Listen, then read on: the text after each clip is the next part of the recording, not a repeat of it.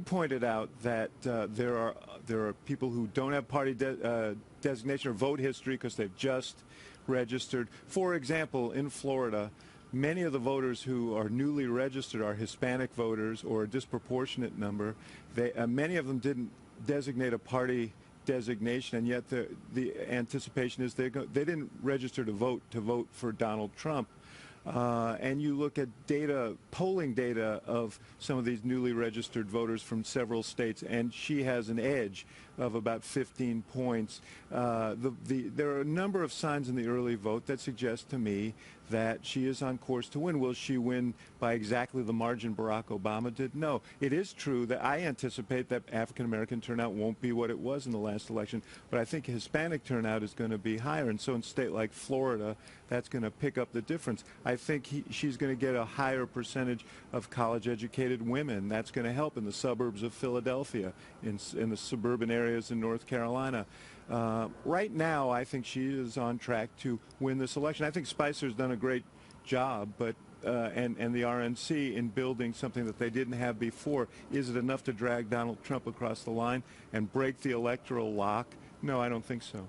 Tuesday night, 11 o'clock in the East, we're going to be seated at a table like this together. Yes. If David Axelrod could have a sneak peek at the result of one state, fast forward to Tuesday at 11 p.m., what state do you want to know and why? Well, as per usual, I'm not going to directly answer your question because there's more than, but you go up the East Coast, you're going to look at Florida, obviously, because if Hillary Clinton wins Florida, the election's over.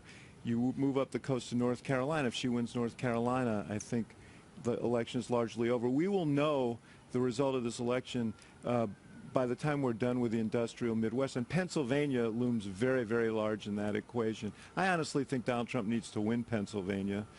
He can win some of these other pieces, even Ohio and Florida, but I think he needs to win another one big state. Pennsylvania was one they had identified in the beginning. She seems to be hanging on to a 3 or 4 point lead there, and I expect that she's probably going to win Pennsylvania. But if he were to win Pennsylvania, I think we could have a different result. Speaking of Pennsylvania, in 2003, you won a very highly followed mayoral race in the city of Philadelphia.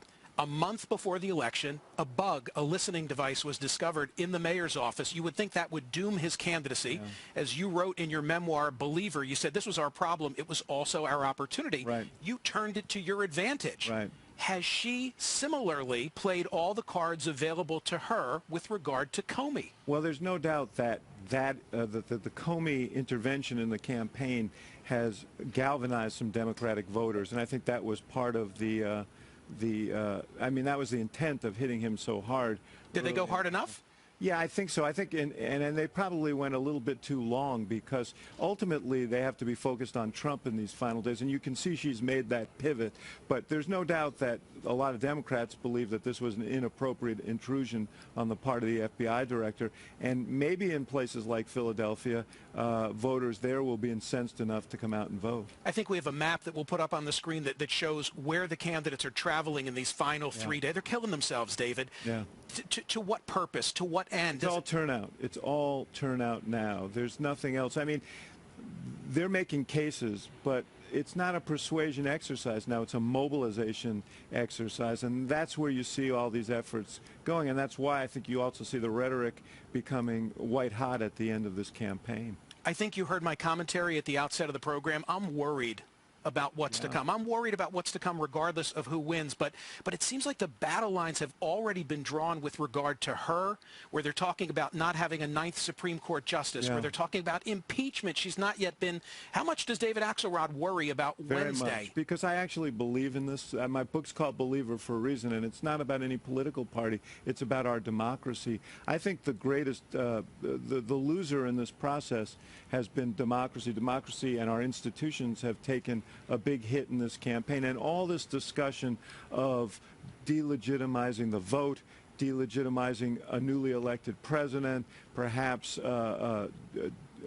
not approving a Supreme Court justice in sort of perpetuity until the next election. Remember, we heard from people who wouldn't seat Justice Garland that it was inappropriate to allow this president to appoint someone. We ought to wait for the verdict in the next election. Well, if the verdict comes, then it seems to me those people are honor bound to act on their words and approve or have a hearing and approve or disapprove a Supreme Court justice. And I think that we need to look to the two of them, whichever is the victor and whichever is the loser, for leadership in that regard come Wednesday. Yeah, I think the words that are spoken on Tuesday night, on Wednesday morning, are going to be exceptionally important in this election. Are we going to have a coming together, or is the election going to spill into the street like a barroom brawl through the front window of a saloon? Hope not.